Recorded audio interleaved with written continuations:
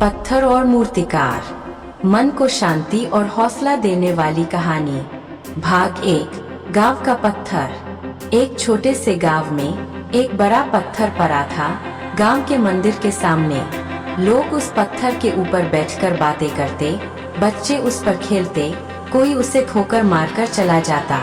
वो पत्थर चुपचाप सब कुछ सहता रहता। कभी कभी सोचता, भगवान ने मुझे पत्थर क्यों बनाया, मैं कुछ काम का भी नहीं हूँ। उसी गांव में एक मूर्तिकार रहता था जो मिट्टी, लकड़ी और पत्थरों से सुंदर मूर्तियाँ बनाता था। उसकी बनाई मूर्तियाँ मंदिरों में स्थापित होती और लोग उन्हें पूजते। एक दिन मूर्तिकार उसी मंदिर के सामने से गुजर रहा था। उसकी नजर उस पत्थर पर पड़ी। वो रुक गया, झुककर उसे ध्यान से देखने लगा।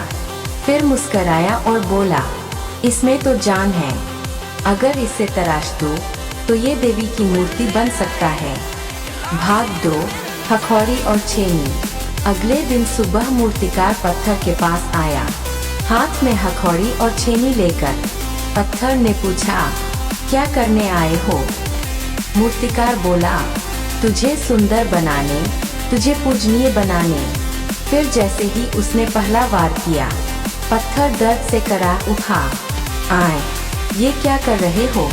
मत मारो मुझे। मूर्तिकार शांत रहा। उसने कहा, थोड़ा दर्द सह ले, तू देखेगा लोग तुझे प्रणाम करेंगे। पर पत्थर को समझ नहीं आया। हर बार उसे तकलीफ देता। वो बार बार चिल्लाता, ओह, मैं नहीं चाहता सुंदर बनना। आखिर में मूर्तिकार रुका। उसने साई लेते हुए कहा, ठीक है, अगर तू नहीं चाहता तो मैं कोई और पत्थर देख लूंगा। और वो चला गया। भाग 3। दूसरा पत्थर। कुछ दिनों बाद मूर्तिकार एक और पत्थर लेकर आया। वो उसे तराशने लगा। हथौड़ी की चोटें, छेनी के वार, लेकिन दूसरा पत्थर चुपचाप सब सहता रहा। हर चोट के साथ उसका रूप निखरता गया। धीरे धीरे एक सुंदर देवी की मूर्ति बन गई। जब मूर्ति तैयार हुई तो उसे उसी मंदिर में स्थापित किया गया। लोग रोज फूल चढ़ाते, आरती करते, सिर झुकाते। वहीं पहला पत्थर वहीं पड़ा रहा। अब वो मंदिर की सीढ़ी के नीचे रख दिया गया था ताकि लोग उस पर पैर रखकर मंदिर में जाएं। भाग 4। समझ की सुबह।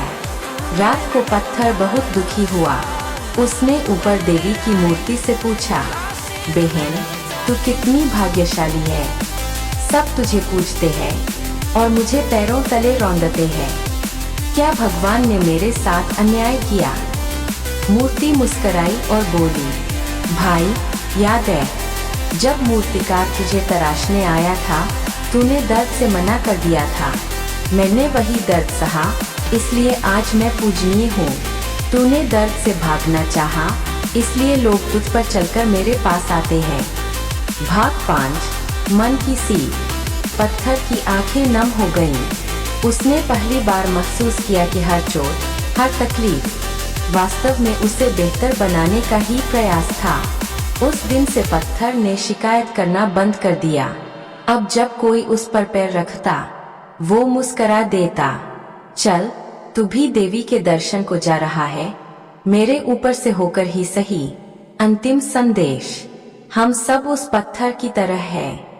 जिंदगी हमें तराशती है, कभी हालातों से, कभी लोगों से, कभी अपने ही डर से।